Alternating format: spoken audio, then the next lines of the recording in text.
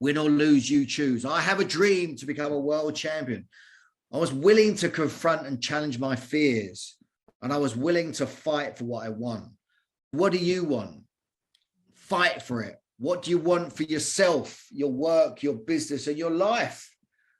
Yeah, and it's about not settling. Never settle. Always fight for what you want. It could be closer than what you think. Now, when I retired from boxing, I didn't really have a future. I didn't have a fight, a next fight to prepare for. I had to go on a journey to discover what was it that I wanted to do with myself. And it was a real journey. I pursued so many different things.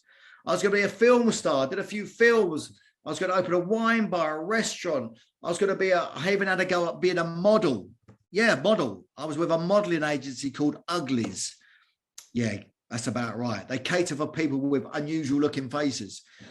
That wasn't it either. I was going to be a trader in the city of London. I pursued that. I tried so many things, but everything I tried left me feeling, it don't feel right. Talk about self-care, looking after the self, the gut feeling I had, this ain't it. Doesn't feel right. So what I'm quite proud of is all those things that I pursued over a period of years. This was like over a period of maybe 5, 6, 7 years. I pursued so many different things. I'm quite proud of being able to pursue something, get to a natural end where I go, okay, that's not it. Let's try something new. While I was looking for my new career, my new future. And that was the journey that I went on. It was a real journey of discovery. I kept pursuing my purpose, passion, power, and purpose. I failed, wasn't it? Failing, whatever you want to call failing. I believe in failing your way to the top. Whatever the top is, what you want to experience, wherever that is, winning more often. What's it look like for you? Because it looks different for each and every one of us. But it's fighting for that. Now, I'm really big on fighting for the self-care, fighting for our own experience of being a 10 out of 10 or an 8 or a 9, somewhere around that region of feeling happy, fulfilled and satisfied, because you're only good as your next fight. So what does that mean? Simply, it means you're only as good as the future that you're living into. Now, the future that I was living into when I retired from boxing, it was dark. It was an abyss. That's what had me feel depressed. And then I managed to start to unravel myself and reinvent myself. And as I was reinventing myself, I recreating myself, I pursued all of these different avenues, different careers, but they weren't it either. So the future that I was living into was uncertain. Yeah, it's been uncertain, hasn't it, for the last few years with what's going on in the world. Life, living in the uncertain and being okay with that, which is challenging because things will change, things pass. And I realized that eventually, and I pursued my purpose and I got to get what I wanted. And that's what I'm now doing, sharing my experiences, coaching people. I've created a unique program and I'm making a difference out there in the world. And you're only good as that future that you're living into, the one that you're creating and designing. So we have to be responsible for that.